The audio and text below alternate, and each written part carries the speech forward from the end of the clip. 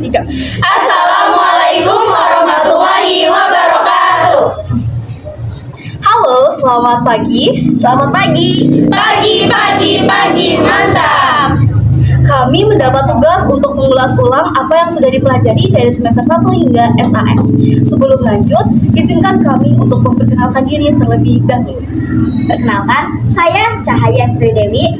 Saya Siti Astri Kumairo. Saya Siti Munifah. Saya Zara Lisdiana. Saya Sofiatur Rahma. Saya Fatia Rosida. Saya Ratu Malika Indriani. Saya Rika Chandra Evelyn. Saya Syiol Amelia. Saya Zara Nuri Maulida. Yuk lanjut ke videonya. Yeay. Nah, pembahasan yang pertama ada macam-macam surat permintaan. Yang pertama ada surat permohonan bantuan dana, surat permintaan keterangan, dan surat permohonan kerja. Yang kedua ada surat penawaran, yaitu ada surat penawaran barang, surat penawaran harga, dan surat penawaran jasa. Yang ketiga ada surat pemasaran secara reguler, secara rekurser, dan obat-obat tertentu. Yang keempat, macam-macam surat undangan. 1. Secara resmi, 2. Tidak resmi, dan yang ketiga, secara setengah resmi. Selanjutnya ada dokumen. Pengertian dokumen. Kalau dari etimologis, dokumen itu berasal dari bahasa Inggris, yaitu dokumen, yang diambil dari bahasa Yunani, yaitu dokumentum, artinya kertas atau dokumen resmi.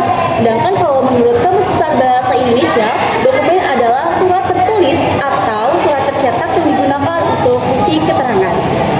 Seperti yang telah disebutkan dalam pengertiannya, maka tujuan adanya dokumen tidak lain adalah untuk mendapatkan pengakuan dan keterangan pengetahuan, serta bukti yang kuat mengenai suatu hal. Peranan dokumen dalam bidang manajemen dan layanan bisnis adalah 1. Membantu pelayanan di bidang dokumentasi, 2. Menerbitkan jurnal publikasi dokumentasi, 3. Mengadakan konferensi seminar ilmiah, 4. Membantu perkembangan ilmu pengetahuan dengan cara menyediakan fakta dan informasi yang akurat. Pembahasan selanjutnya, saya akan menjelaskan tentang fungsi dokumen. Fungsi dokumen secara umum ialah sebagai berikut. Yang pertama, sebagai alat bukti tertulis yang sah. Yang kedua, sebagai alat komunikasi. Dokumen dapat digunakan untuk berkomunikasi secara formal maupun non-formal. Sedangkan fungsi dokumen dalam organisasi ialah sebagai berikut. Yang pertama, sebagai alat referensi. Yang kedua, sebagai alat pembuktian yang mencatat aktivitas, keputusan, dan kebijakan organisasi. Selanjutnya, jenis dokumen. Jenis dokumen terbagi menjadi 3. Yang pertama, menurut pemakaiannya, yaitu seperti dokumen pribadi, niaga, pemerintah, dan sejarah. Dan yang kedua, menurut nilai kegunaannya, seperti nilai penerangan, nilai perdagangan, yuridis, dan histori. Dan yang terakhir ada menurut sumbernya, yaitu seperti pemerintah, swasta, dan kontrak. Nah, selanjutnya ada peralatan dan perlengkapan kantor.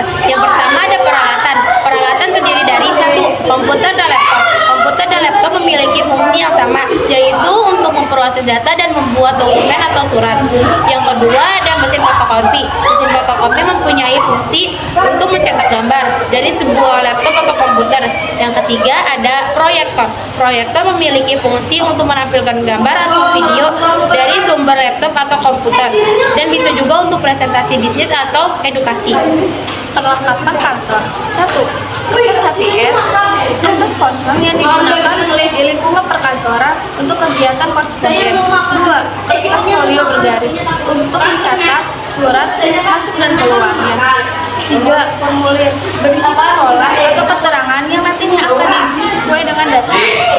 Pada semester awal, kami juga belajar untuk membuat surat di lab komputer, sehingga kami mengetahui tata cara membuat surat dengan baik dan benar. Nah, pada akhir semester 1 ini, kami juga melaksanakan sumatif akhir semester pada prodi, terutama pelajaran budi, yakni tentang pengertian, ruang lingkup dokumentasi, jenis-jenis dokumen, metode pengelolaan dokumen, pemeliharaan dokumen, jenis-jenis format penyimpanan dokumen digital, pengertian scanning, serta keunggulan dan kelemahan penyimpanan secara digital.